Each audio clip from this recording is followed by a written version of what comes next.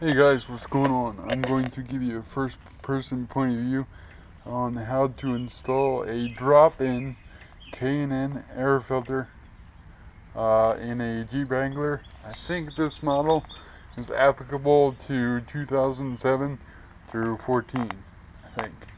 But I definitely know it's 12 through 14. So excuse the rattle right now. Okay, so there's the Jeep. First thing, seems pretty obvious, but in case it's not, you gotta open the hood. This is a little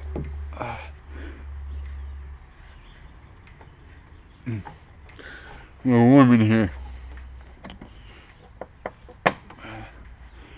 Hopefully, I don't need to pause this and stop it to because it's too hot. Hopefully nothing that we're going to be touching will be too hot. So let me show you what.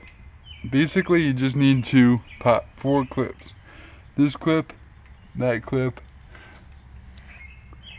that clip, and that clip.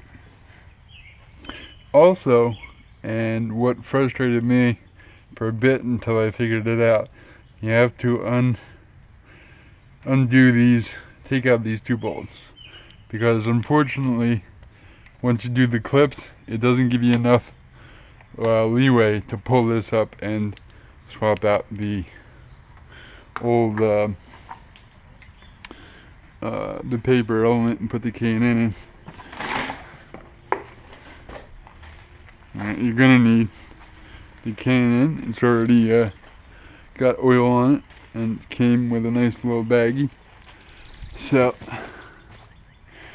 let's see if we can make this happen. Now I don't have a at least I don't think I have the proper socket, because I think it's freaking metric, but it doesn't matter. It's easy enough to just use a pair of pliers and then your fingers. It's not that big of a bolt that you need a ratchet. I'm going to try and do this without taking the tubing out. Radiator hose, not the hose, but the tube. Put these somewhere safe, relatively speaking. So, as I'm doing this, there's a fair amount of debate, so I found online, about the efficacy of a K&N drop-in versus stock paper filter, and I could see both sides of the argument, especially with the drop-in. If I had a cold air element, cold air intake system with a tubing and a heat shield, and if I had a proper AEV hood where it had the heat reduction and it sucked the air right out of the vent that's in the proper hood, yeah, I get all that. That would be great. But I don't have that. So, I don't know if it's going to make a whole hell of a lot of difference. I'm actually honestly curious just to see if it, what is wrong with, there we go.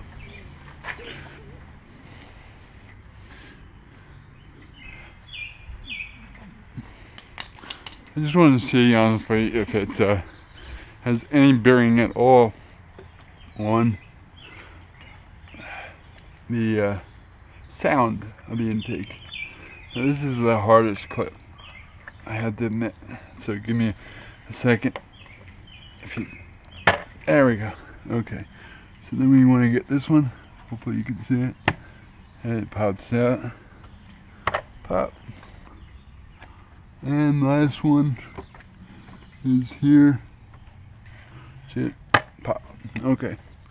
So now theoretically, you just want to pay attention to how this sits to get it back in place. The top overlaps the sides. So I'm actually, as much as I'm telling you that, I'm paying attention to that fact, because when you do lift this off and you do have this loose enough to hopefully get this out.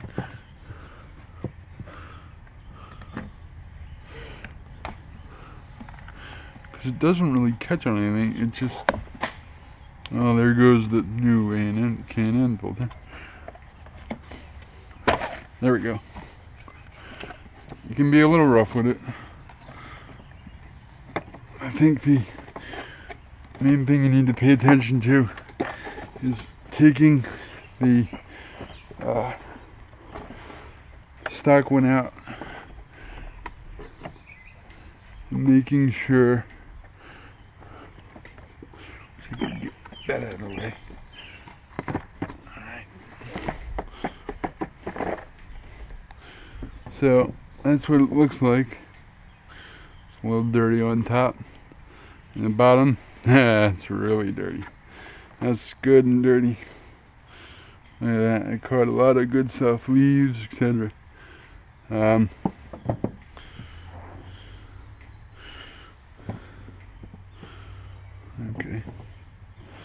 Want to make sure you remember how it goes in. And just looking in there, I just wanted to see if it's how clean it is. Some compressed air would probably be a better idea, but I don't have that. Alright, so let's open this up.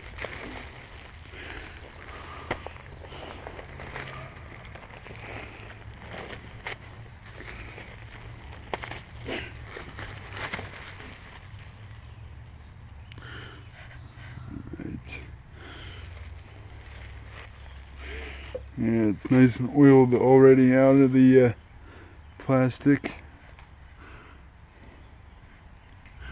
You can see the moisture right there already.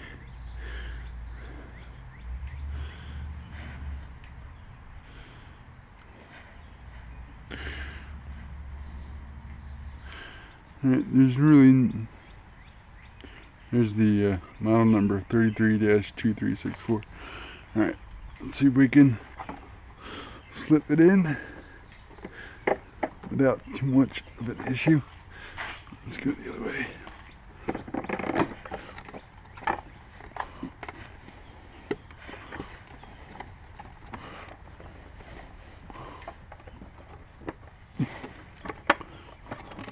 Sorry if this is not a very good view, but damn clip. Seriously?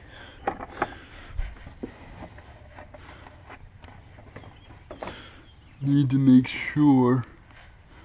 I think I may have just gotten awful lucky there. Looks like it's sitting in there nice and snug. Just making sure. Yep, there we go. Hopefully you can see that. It sits in there nice and snug. Now, to get this stupid thing back on, I found it easiest to kind of press down and forward as I look at it here. Keeping in mind again that it wants to overlap. There it is, see? I don't know if that made any sense, but it wants to, the top of the air cleaner wants to overlap a little bit. There's this guy. And then this guy, which is the more difficult one. Make sure this thing is okay, which it is. Alright. Finger in there. Okay, we're clicked in. And this guy is all done. So at this point, it's just a matter of putting these back in.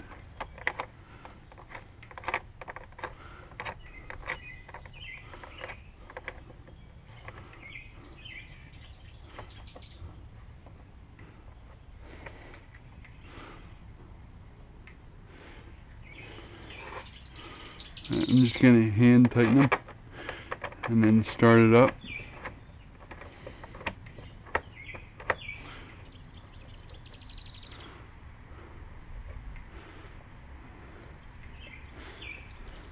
Okay, alright, let's give it a start up.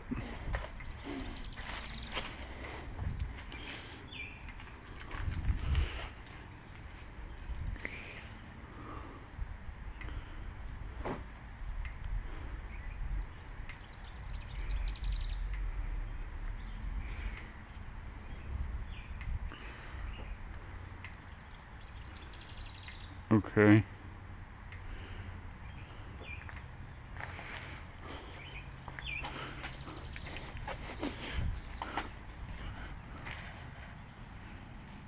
Oh, mode start doesn't work with the hood and jar.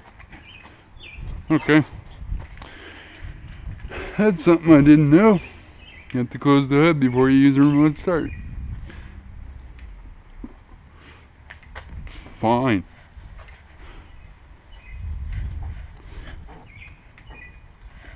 Okay.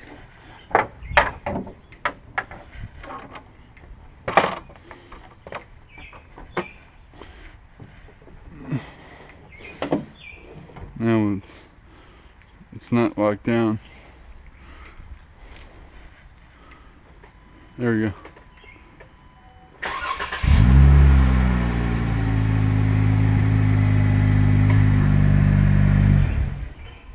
And remote start shuts right off. At least I hope that's what it shut off. Okay, this is interesting.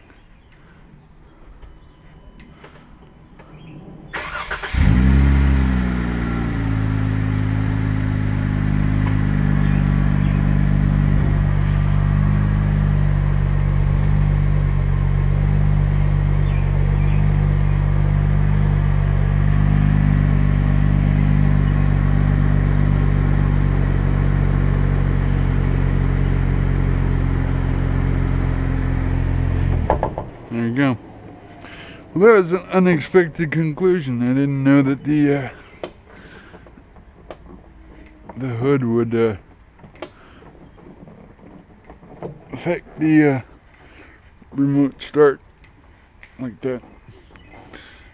I mean, I kind of understand the remote start not working while the hood's open, but it shuts down.